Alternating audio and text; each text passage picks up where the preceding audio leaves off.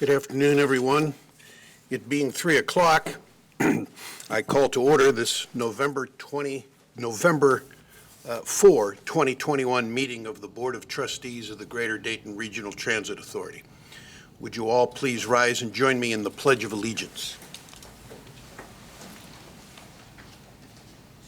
I pledge allegiance to the flag of the United States of America and to the republic for which it stands, one nation, under God, indivisible, with liberty and justice for all. Will the Secretary please call the roll? Yes, sir. Mr. Williamson. Here. Mr. Lumpkin. Mr. Corrado. Mr. Holykamp. Here. Ms. Hairston. Present. Ms. Hurd. Here. Ms. Howard. Present. Ms. Matthews Stinson. And Mr. Officer. Here. Thank you. We have 6 of 9. Thank you. The roll having been called, the chair declares that a quorum is present. The bylaws of the Greater Dayton Regional Transit Authority require that prior to a meeting of the Board of Trustees, the agenda for the meeting be approved by the board. Prior to today's meeting, a copy of today's meeting agenda was presented for review to all board members. There are one revision and one comment before I ask the remainder of the board for any comment. The revision is that I will be presenting the report for the Finance and Personnel Committee in Mr. Lumpkin's absence. And the other comment is that there are 4 action items on the agenda today, numbered 2, 3, 4, and 5. Action item number 5 falls under the scope of the Finance Personnel Committee, so will be presented after action items 2 and 3 and before action item number 4, which will be presented during the Planning Committee report. Other than that, I would ask of the board if there are any other requested changes or corrections or objections to the agenda prior to its approval. Hearing none, the chair will declare the agenda approved as presented. Also, prior to today's meeting, the minutes of the October 5, 2021 board meeting were presented for review to all board members. Does any board member request a reading of the minutes or have any requested changes or corrections to the minutes or objections to their approval? Hearing none, the chair will declare the minutes of the October 5, 2021 board meeting approved as presented.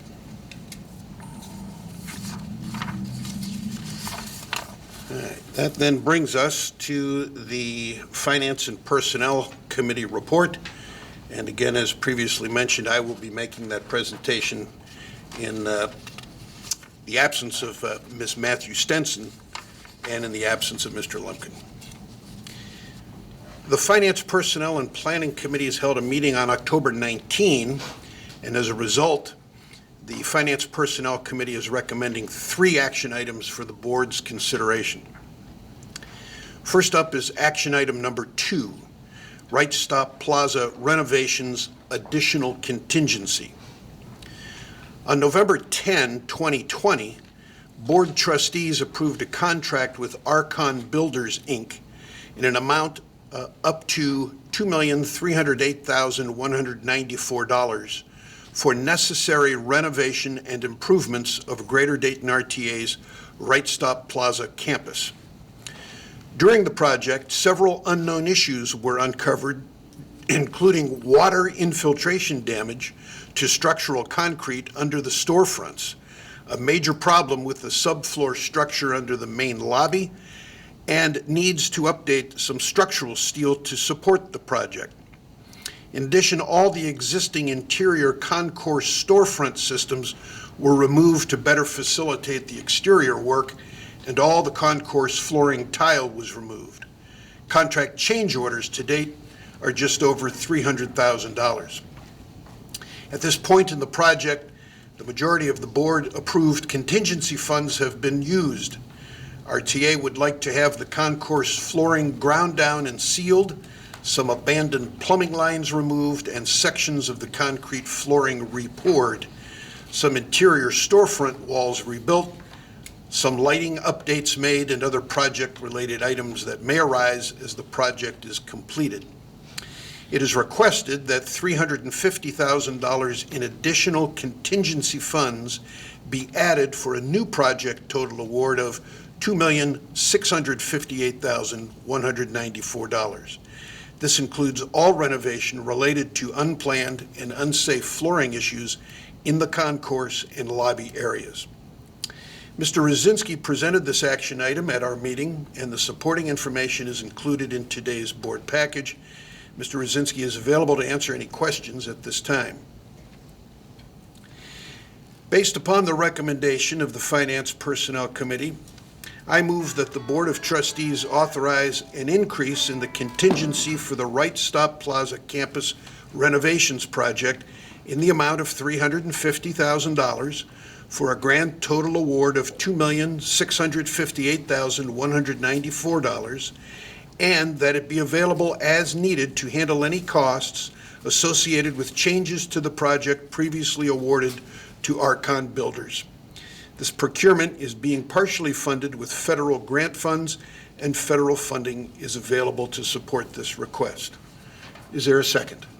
I'll second. Second by Ms. Hurd. Is there any further discussion, questions, or comments?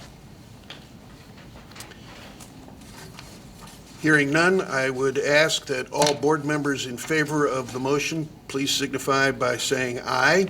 Aye. Any opposed, like sign? Are there any abstentions? Motion carries. Action item number 2 is approved. Action item number 3, Administrative Employee Compensation Guide. The RTA has an Administrative Employee Compensation Guide for non-union employees. Periodically, if not annually, the compensation guide is reviewed and adjusted. A recommendation has been made to adjust the current compensation guide across the board by 2%. There are no implied or expressed guarantees on wage increases. Dr. Thomas presented this action item at our meeting, and the supporting documents are included in today's board package. Staff is available to answer any questions at this time. Based upon the recommendation of the Finance Personnel Committee, I move that the Board of Trustees approve the 2022 Administrative Employee Compensation Guide. Is there a second? Second. Second by Ms. Hairston. Is there any further discussion or questions? Hearing none, all those in favor of approving action item number 2, please signify by saying aye. Aye. All those opposed, like sign. Are there any abstentions? Motion carries. Action item number 3 is approved. Action item number 5, Self-Insured Retention Authorization. At the committee meeting, 2 separate liability claims were discussed in executive session. The legal processes related to the 2 separate claims are not yet final or complete. Mr. Rosinski presented this action item at our meeting and is available to answer any questions the board may have at this time. Based upon the recommendation of the Finance Personnel Committee, I move that the Board of Trustees authorize Mr. Rosinski, Chief Executive Officer, to take all appropriate steps to protect the board's interest in connection with both claims discussed in executive session on October 19, 2021. Mr. Rosinski is now authorized to exercise his discretion with regard to both claims and may make any expenditure necessary up to the self-insured retention in furtherance of his responsibilities to protect the interest of the board and the Greater Dayton RTA. Do I have a second? Second. Second by Mr. Fullenkamp. Is there any further discussion? Any further questions? Hearing none, all those in favor of action item number 5, the self-insured retention authorization, please indicate by saying aye. Aye. All those opposed, like sign. Are there any abstentions? Action item number 5, the motion carries, and action item number 5 is approved. The other items to mention from the Finance and Personnel Committee are that Mrs. Stanforth reported on year-to-date September 2021 financial performance and current sales tax receipts. All details are included in today's board package. The continued positive financial results will position RTA for a smoother economic recovery post-COVID. RTA is positioned to restore the unrestricted net position shortfall, which was caused by the state pension system funding liability. And that concludes the Finance Personnel Committee report. Now we'll move on to the Planning Committee. Ms. Howard. The Finance, Personnel, and Planning Committees met for a jointly held meeting on October 19th, and as a result, the Planning Committee is recommending one action item for the board's consideration. Action item number 4, approval of Title VI Program and Service Equity Analysis. Mr. Brandon Polachicchio explained that as a recipient of U.S. Department of Transportation Federal Transit Administration funding, the RTA must comply with Title VI and environmental justice regulations. This is to ensure that the RTA provides fair and equitable service and amenities delivery and installation, meaningful customer outreach plans, and periodic service equity review processes.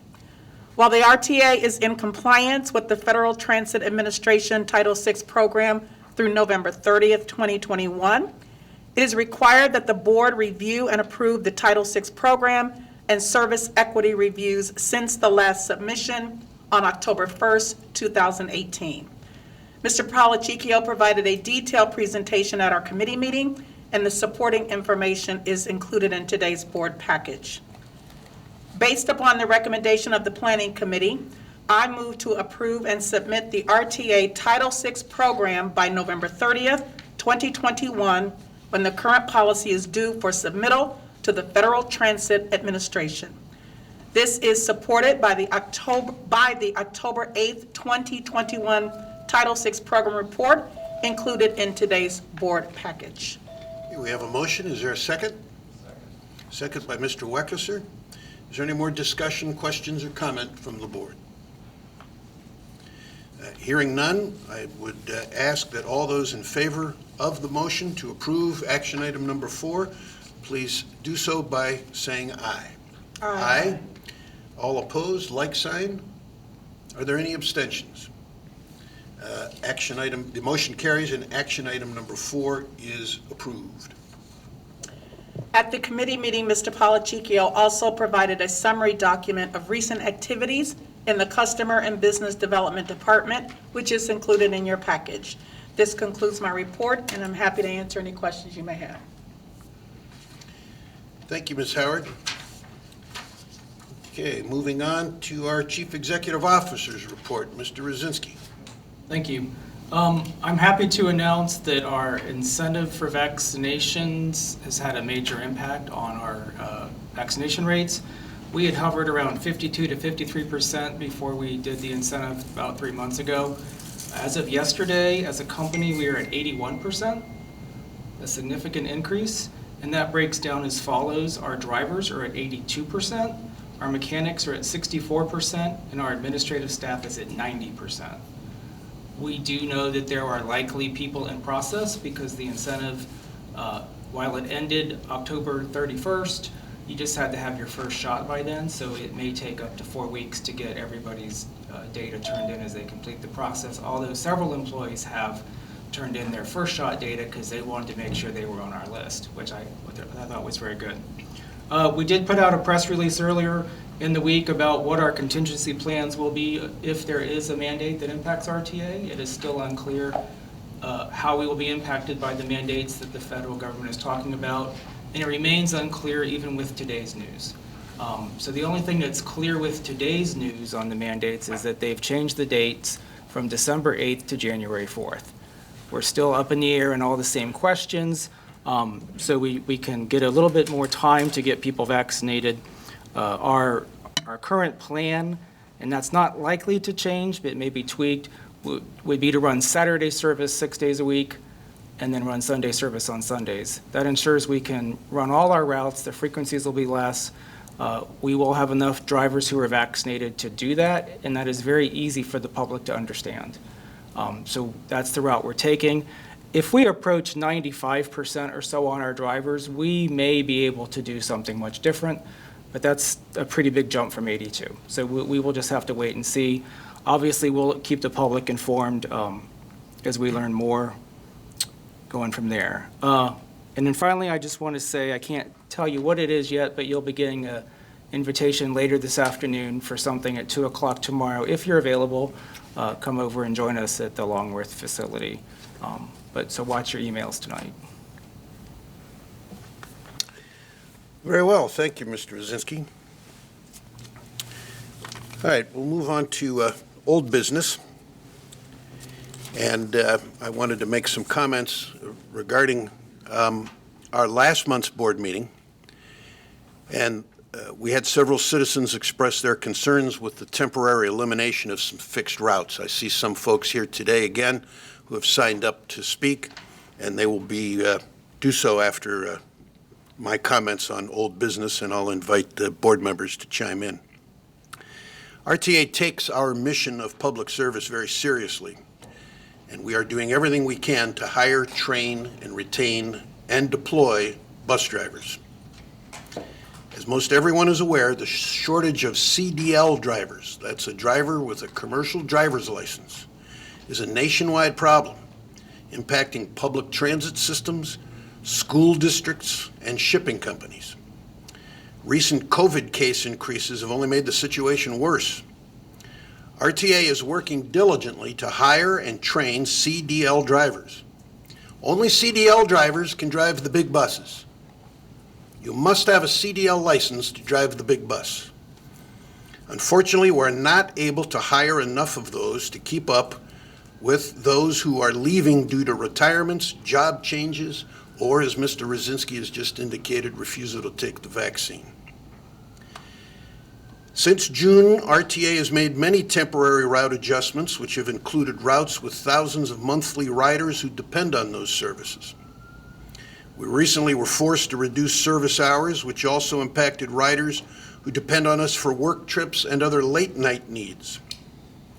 Temporary, I repeat the word temporary, eliminations of routes 64, 65, and 66 were necessary to maintain the balance of basic services throughout the system. The limited number of housing complexes served by those routes are also served in most cases by other RTA routes. We understand that not everyone may be able to travel a few blocks to a bus stop that is served by a remaining RTA fixed route, so we work diligently to obtain grant funding to greatly lower the cost of door-to-door service for our seniors. Currently, RTA's fleet of small white buses are operated by drivers without a CDL. These buses have been offering door-to-door trips for those who qualify for the ADA paratransit services for just $3.50 per one-way trip, less with discounts. RTA has also been providing door-to-door trips for those not approved for the ADA service for $5 one-way trip. The grant funding we lined up allows RTA to offer discounts to all seniors across Montgomery County, and the new service offers up a door-to-door option for those who cannot travel to the closest fixed route stop. It also offers opportunities to seniors who previously did not live in a complex served by routes 64, 65, and 66.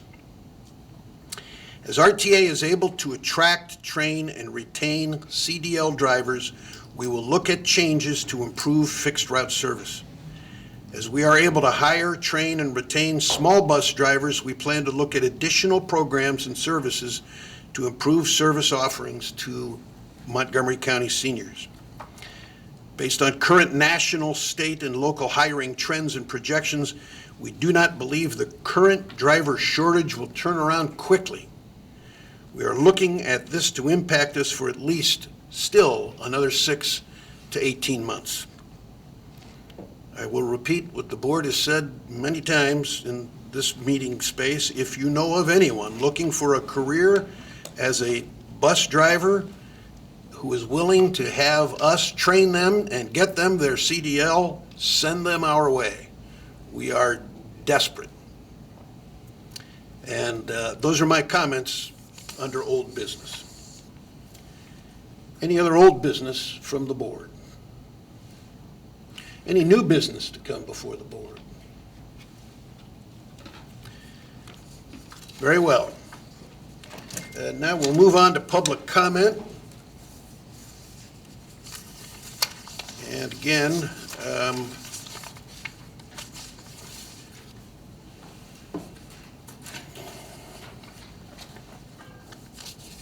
if I can find my... Just a reminder to everyone wishing to address the board, you must speak on your own behalf. If you are not able to come to the podium, a handheld microphone will be brought to you. After you are recognized by me, you must please state your name and your address. And after doing so, you will have 3 minutes to make your comments.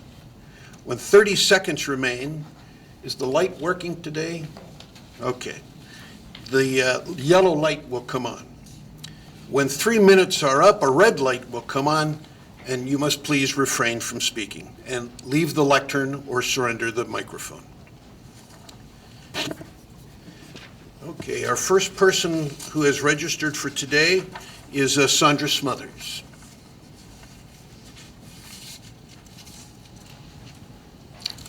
My name is Sandra Smothers. I live at 215 McDaniel Street, apartment 207, Dayton, Ohio. And I'm here to speak, and I'm gonna keep bringing it up, Route 66, 64, 65. First of all, I wanna say something. Yes, I ride the service, Brandon, and I've been riding it since 1996. As you stated in Senator Sherrod Brown's letter, I was here riding the service long before you was thought of at Greater Dayton RTA. And this is the rest of it, what I want to say. I understand y'all need CDL drivers, but reason y'all not getting them, because the word is on the street that nobody wants to drive because of the COVID and the mess that's going on down here in this place. Y'all need to clean some house down here with some employees. And another thing, that bus need to be restored. Seniors are having a hard time trying to get out to go to the grocery store. There's $5, that's $40 a month you got to spend out to go to the grocery store, where that's for the non-certified. The certified people, $350, and that's getting kind of hard and expensive. We on a fixed income. Y'all need to understand that. Y'all, how about y'all hear us? If you hear us, put that bus back in circulation and get it reinstated and get it back out there on the road and put it on the hold down. You can do it if you want to, but y'all don't want to give it back to us. Y'all saying temporarily, we don't know how long we gonna be out of service with a bus. We need our bus back on the road. Okay, thank you, Ms. Smothers. Next person is Charlene Dawson.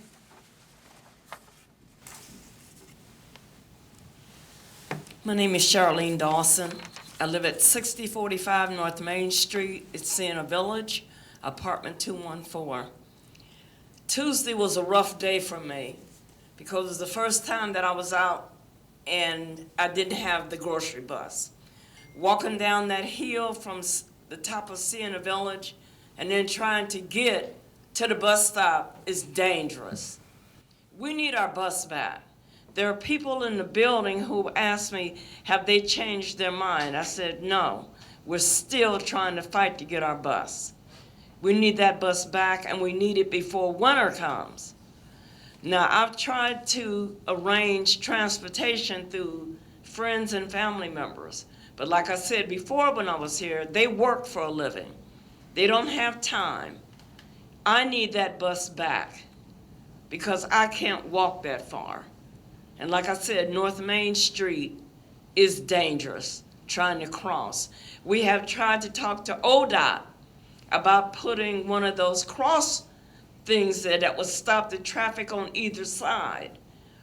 And they said it's not feasible for them. Well, I guess it'll be feasible if seniors start getting run over, huh? That'll be feasible enough. Also, I want to say to you too, the weather's starting to get colder out. We cannot, well, let me speak for me. I cannot sit downstairs on the outside of your building waiting for somebody to come and get me. We need a place where we can come in and keep warm until the meeting starts. Thank you. Thank you, Ms. Dawson. The next person is Mary Miller.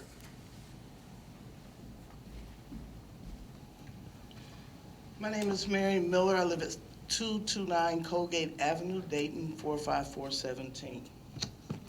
I am, again, for the Senior Easy Rider.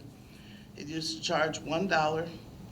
It ran Monday through Friday. It left the barn at 7:47, came back at 4:10. Anyone could be picked up from 36 different senior and disabled complexes, dropped off at the store, helped onto the bus with their purchases, and returned home. Now you have something that I was told is a 53 and 10. Per stop, there's a charge of $5. I guess that is the introductory fee because the grant allows the additional $25 that would be charged for a regular fee of $30 to be paid. The only terms of this grant amount that I have been able to find out about is that it's $25 supplemented in place of the person paying $30, and you receive a $5 ride. So either way, RTA makes $4 more by getting rid of the senior rider and starting this 5 and 10. And if this is a replacement for the Senior Easy Rider by reinventing the passenger limitations and direct door-to-door service, this does not justify the $30 fee because that grant's not going to last forever. The supplemented fee is $25. It came from somewhere, it'll go somewhere. But the people that are being counted now on this service, where did they come from? Wasn't it the Senior Easy Rider for $1?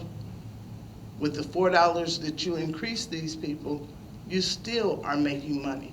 And now you can limit their destinations just because you can limit their transportation. The ability to ride to and from a predetermined route and stores for 36 complexes, Monday through Friday, safe access to predetermined stops and known retailers now have no mobilization to fix routes, exposed to hazardous traffic on the streets for the fixed routes, exposure as targets, open for disproportionate victimization by predators through stealing, robbery, etc. And Mr. Rosinski, I would like to ask you exactly how you got your position, because I don't ever remember seeing it opened for anyone to apply.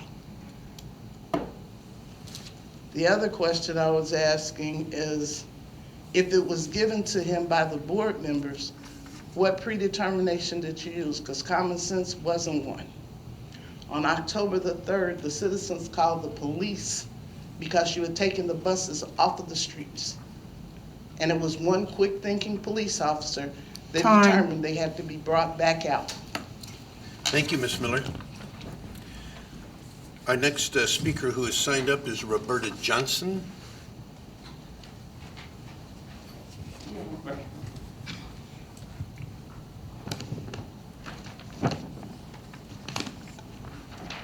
Good afternoon. I just happened here. I was, Ms. Johnson, before you get started, your address, please. oh, I'm sorry. My name is Roberta Johnson. I live at 3360 Valerie Arms Drive, apartment 415, Dayton, Ohio, 45405. Thank you. Sorry. And like I said, I just happened here, and my concern is inside the hub are the restrooms, the toilet paper. You don't have You don't have seat covers, when you use the restroom and everything. I don't know what's going on there. You used to have them. That's my concern right now, that we all need something decent in the restroom besides the restroom being there, and the toilet paper is so thin. What happened? I don't understand that. I should have went down there and got some so I could have brought them to show it to you. It's so thin. And like I said, we need seat covers. Okay, Ms. Johnson, we will pass that suggestion along to staff in charge. And our final speaker is Althea, and I can't read the writing. Thank you. And your address, ma'am? 6006 Channelway Court, Huber Heights, Ohio. Thank you. Since the change from this happening, Project Mobility, riders cannot get slots open because you're using Project Mobility bus to pick up individuals who are off the other routes that were 24 or 23, and then they don't even be there when the Project Mobility goes to pick them up. So there is an empty spot. Then it says on your advisement, other transportation can be used. So therefore, if you are able to get other transportation, then a slot should come open for you to be on an Uber, Lyft, and times or whatever transportation you're offering. I shouldn't have to demand a supervisor. It should be some kind of form set where you look for that other source of transportation.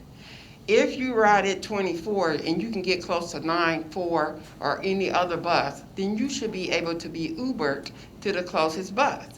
I ride the regular bus, and it has been very disappointing for me. Your customer service riders your bus drivers need to be in service on customer service. My disability cannot be said on the Project Mobility bus. How is it being said over the big bus? It's not supposed to be said over the big bus. I don't like being referred to as certain things when I come down here.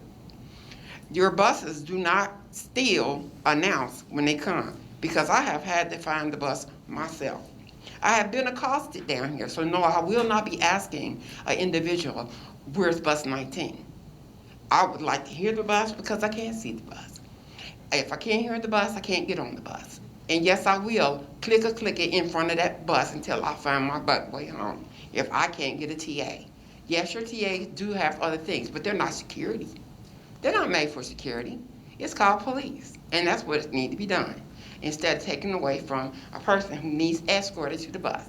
I have chosen to not use Project Mobility unless it's necessary, because I feel for the people who have to go to the doctor's office and other places and can't get a ride there, because I know what it's like. I have been been told there wasn't going to be called a TA. I have been passed up on Burnt Pike, where the bus stopped. Somebody ran up on the street, and I'm in the cubby. Bus went right on by. Bus did it again twice. How many times do I have to be an example before these things are changed? My life is really a danger on Burnt Pike now. I am not going to stand very close. Then the man tells me not to sway back and forth. I'm sorry, I'm blind, I rock.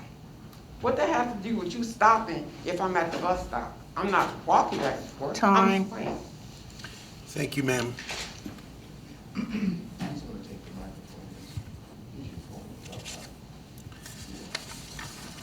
Again, I wish to thank all folks who made public comment today. Are there any board member comments or announcements? And I'll start down at the far end with Ms. Howard. Mr. Weckesser? I have nothing today. Ms. Hurd? Mr. Fullenkamp? Ms. Hairston? Okay. There is a request for executive session to discuss labor relations and labor contracts. And so before we have a vote on that, I would say that we will have no further business and take no further action when we come out of executive session, other than to adjourn the regular session meeting. You're welcome to stay if you choose to do so, but please understand that there will be no further action taken after we reconvene in regular session. With that being said, on the request for executive session, Mary, would you please call the roll? Sir, may we have a motion and a second? Oh, I'm sorry. I made the motion. I need a second. I'll second. Second by Ms. Hurd. Thank you. Mr. Wade? Yes. Mr. Fulenkamp? Yes. Ms. Hairston? Yes. Ms. Hurd? Yes. Ms. Howard? Yes. And Mr. Wexler? Yes. You have 6 yes. All right. We will convene into executive session.